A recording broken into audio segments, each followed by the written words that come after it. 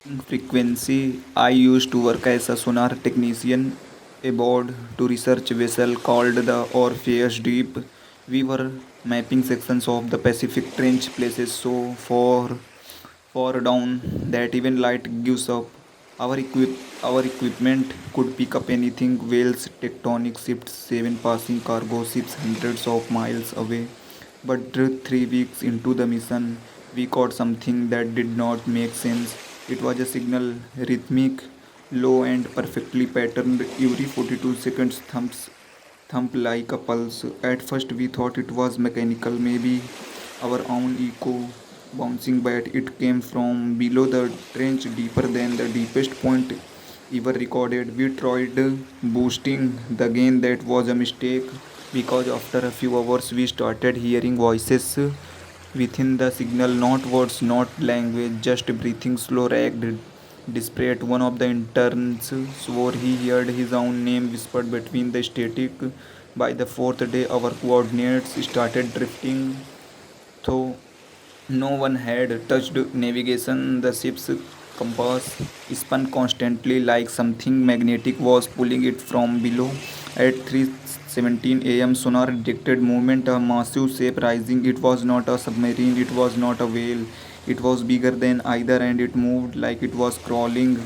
The captain ordered full reverse, but the engines would not respond. The sound returned louder, now vibrating through the metal floor, thump, thump, thump, and then from the dark water came the lights, rows of them, like eyes blinking, watching. The ocean around us started to bubble, and the pressure alarms screamed. We were sinking, dragged by something we could not see. The last thing I remembered before blacking out was the captain shouting, "It's not under us, it's around us." They found me 2 days later, floating in a life raft hundreds of miles off course. No ship, no crew.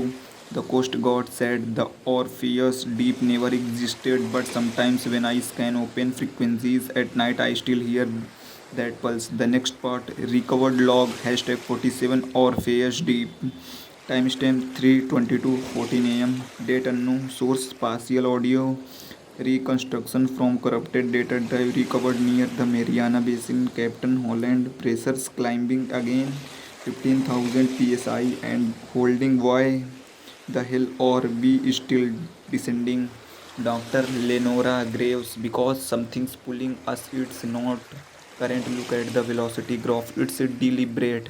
Take Royce, sonar contact approaching from Christ, it's below the seabed. That's impossible. Captain Holland, cut power to all systems. I want that silence. Maybe it will lose interest. Dr. Graves, that sound again, it's not external anymore, it's coming through the like it's inside the metal. Royce, I ran a spectral analysis. It's not mechanical, it's biological. Something alive is resonating at that frequency.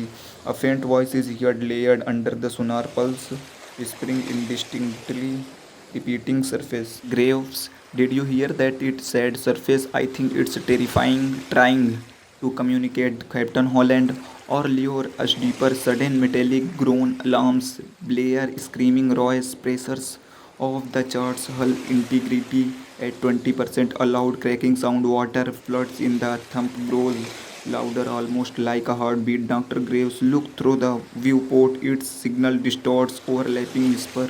Part 3, below the map. They said the ocean floor was already mapped. They were wrong. The Coast Guard never filed an official report on the Orpheus Deep. The vessel did not exist in any registry, but 3 months after the disappearance, a buoy of Guam began transmitting an unknown sonar signal every 42 seconds, then sent a survey team, 4 people, one submersible, no cameras allowed. The mission long log was supposed to last 12 hours. It ended in 9. They made contact with something at 6,200 meters, a flat surface like concrete but vibrating, not moving, just humming. One of the divers said it was not rock, it felt like skin. When they resurfaced, one man was missing, the others would not speak, they would not even look at the sea. Later, the survivor's lungs filled with seawater while he slept. No wounds, no drowning, just salt water inside him. His final written note had three words. It followed sound. After that, the frequency spread. The Navy picked it up on underwater microphones from Hawaii to Japan. Always the same rhythm. Always 42 seconds apart. Ships began reporting hallucinations. Sailors hearing breathing through the hull, radios flickering with whispers that used their own voice. The sea charts were changed. The trench was reclassified as an acoustic anomaly zone. No one dives there anymore. But last month, a fisherman of Papua recorded something. He was testing new sonar equipment when the pulse began again. Then the pattern changed for the first time in decades. It broke two pulses, a pause, then another two. When decoded through Morse timing, it spelled a single word. Surface. The fisherman's boat was found adrift 3 days later. Engines running. Net sympathy on the sonar screen burned into memory. Storage was one final reading. A shape rising the same size and coordinate as or a PhD.